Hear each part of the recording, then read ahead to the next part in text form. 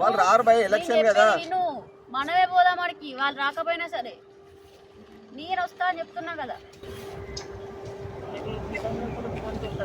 ఎవరికి వాళ్ళు రారు భయ. ఇప్పుడు వాళ్ళంతా బిజీ లేరా ఎలక్షన్ లో?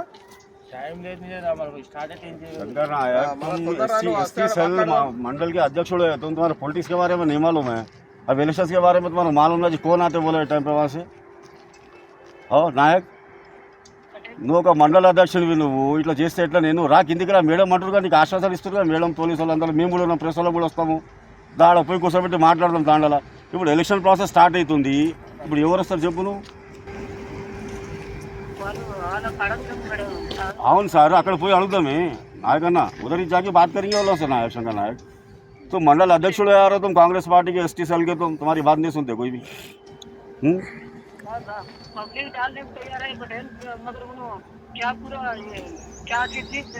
देखो पटेल, तुम उतना काम करे, तुम्हारे तांडे के अस्त्र वोटा तुम्हारे गिरते, तुम अगर आए तो गिरते वोटा, तो ऊपर तो कहाँ से गिरते बोलो वोटा।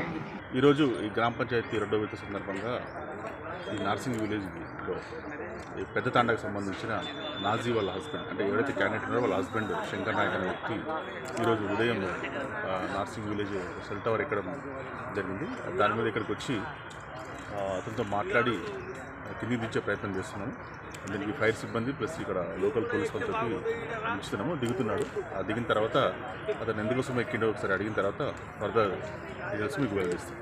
మాట్లాడుతున్నాము. ఇప్పుడు ఆయన ఎక్కడం కారణం మెయిన్ పెట్టేదే ఎలక్షన్ గురించి అనుకుంటున్నాము. ఇక అతని పర్సనల్ విషయాలు ఏముందో మనకు తెలియదు. గురించి ఓట్ల గురించి ఎక్కింది ఆయన. మీకు ఏమవుతాడు ఆయన? నాకు మేనే మామ అవుతాడు. ఏమైంది? ఏమన్నా అప్పు ఇట్లా ఏమి మన పర్సనల్ అనేది తెలియదు. ఓట్ల గురించి అని తెలిసింది మనకు. లేదు, మద్దతు ఉంది. ఇప్పుడు పోటీ అన్నప్పుడు అందరు పాల్గొనాలి కదా. వాళ్ళ సైడ్ కొన్ని, వీళ్ళ సైడ్ కొన్ని, అలా ఉంటుంది. శంకర్ నాయక్ సార్, ఒక అర్ధెకరా భూమి సార్. ఇంతకు ముందు కూడా 1,80,00,000 పని చేసిన ఉప సర్పంచ్ ఉన్నప్పుడు.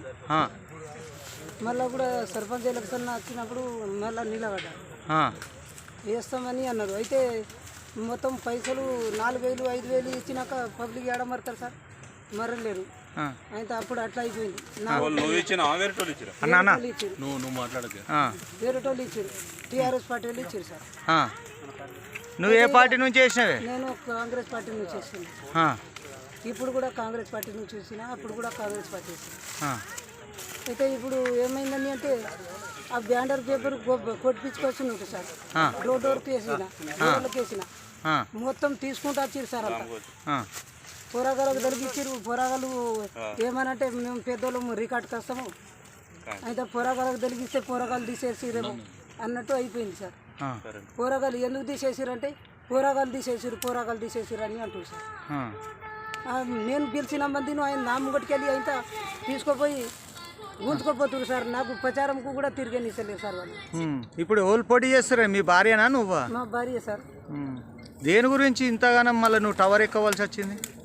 ఇది వీళ్ళే ఈ టీఆర్ఎస్ బాగా జులుంతో చేసి 4,000 ఓటు, 4,000 ఒక ఓటు, 3,000 ఒక ఓటు కొని ఒక్క ఓటు కూడా రాకుండా చేసిరు సార్ నాకు. ఇంతకు ముందు కూడా అట్నే చేస్తే నా ఓట్లు నాకే పడ్డాయి సార్. నాకు ఒక 4 ఓట్లు పడ్డాయి సార్ నాకు.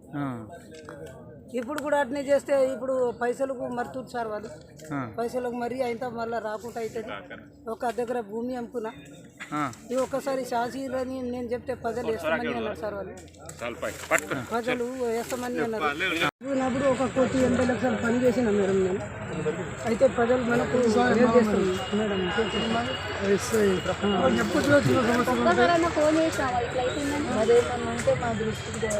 ఇక మీకు చెప్తే ఏమంటారు, వీళ్ళు వీడియో చేసిండని మళ్ళీ పెద్ద కృషిలకు కొట్లాడుతాయి రైతులు.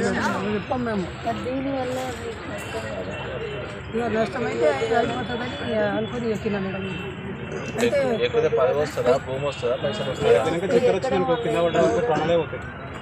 ఇప్పుడు బ్యానర్ పేపర్ కొట్టించిన మేడం. చరిత్ర సృష్టించినోడు ఇప్పుడు ఆ చరిత్రని తిరగరాయబోతున్నాడు. అబద్ధాల గోడల్ని బద్దలు కొట్టి నిజాలను రాగా మీ ముందుంచబోతున్నాడు. నిజమైన వార్తల కోసం వెంటనే డౌన్లోడ్ చేసుకోండి రా యాప్ని.